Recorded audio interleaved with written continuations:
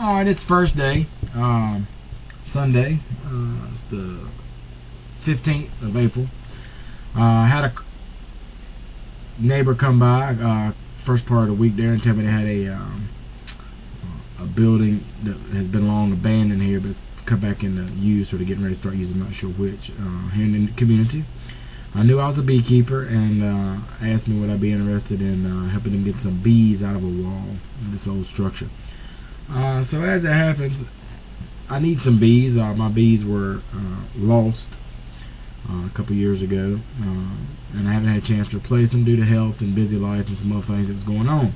So I've been in consideration of replacing those bees, but resources and timing not seem appropriate. And recently I was talking to a beekeeper friend of mine, and I said, well, if the Most High wants me to have bees, he'll have to make provision for them, because I just don't have time to work on that myself. So I've got a lot of other things going on, trying to feed people and other ministry things and things I got going on.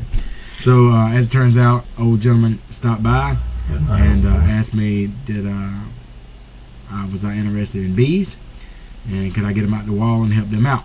And so called a friend of mine, Jimmy Chambers, and Jimmy and his dad, a beekeeper in his 80s, came over and shared a lot of wisdom and knowledge with us, and praise Most High, brought his bee vacuum.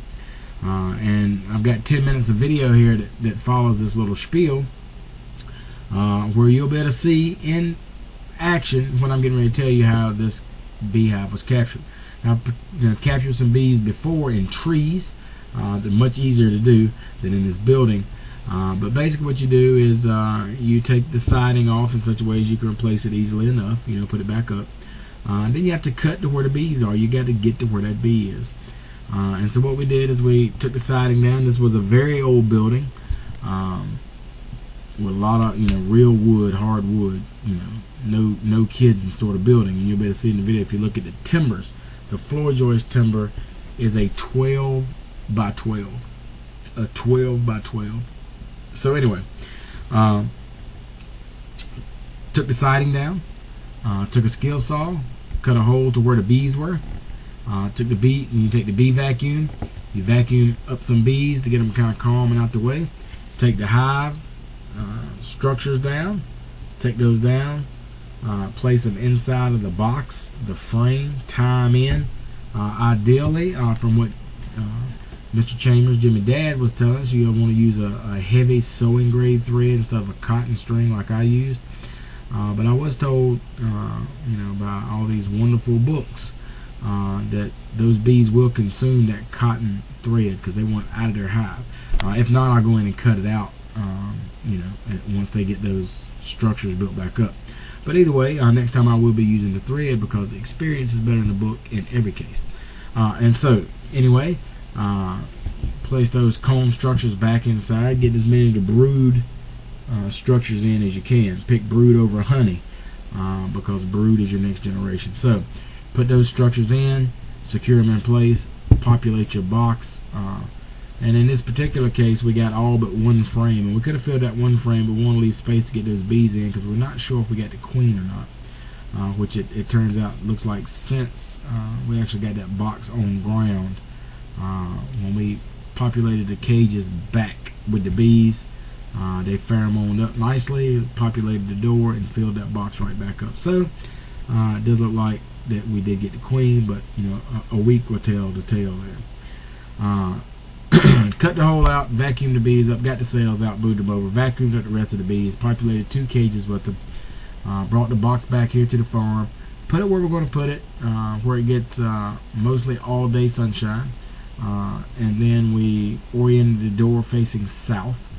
I actually put it out in an area that has pretty much no foot traffic from the farm here, and populated with bees.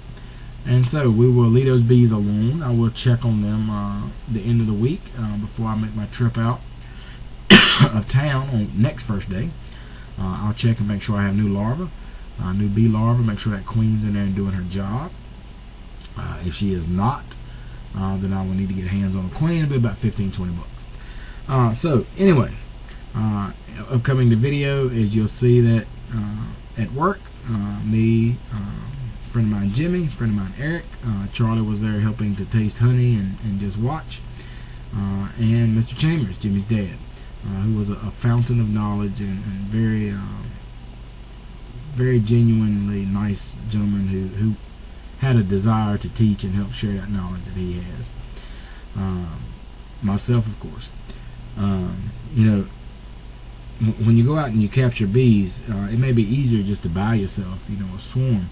But when you capture live bees, you know, live swarm, you know those bees are getting the job done, and they're healthy. Especially in this case, you know, we had some very, very good, you know, comb structures with a lot of honey and a lot of healthy bees and brood. And this particular, you know,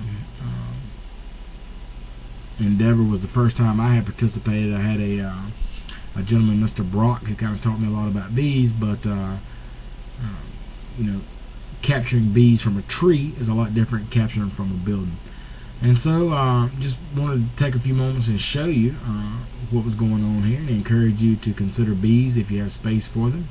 They're good for your plants, good for your produce, good for your community, about 3 miles around you. And they're a good way to get honey for practically free. Of course, you have to spend some time, you have to gain some knowledge. You know, bees, when they sting, they hurt. I got stung about 14 times a day. I didn't cry. You know, you man up. And you get kind of used to it. You just pull that stinger right out and move on. Mr. Chambers Sr., I'm not sure how many times he got stuck, but he got stung enough that it was like, oh, I got stuck.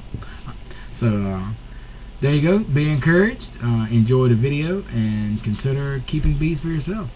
The king is coming.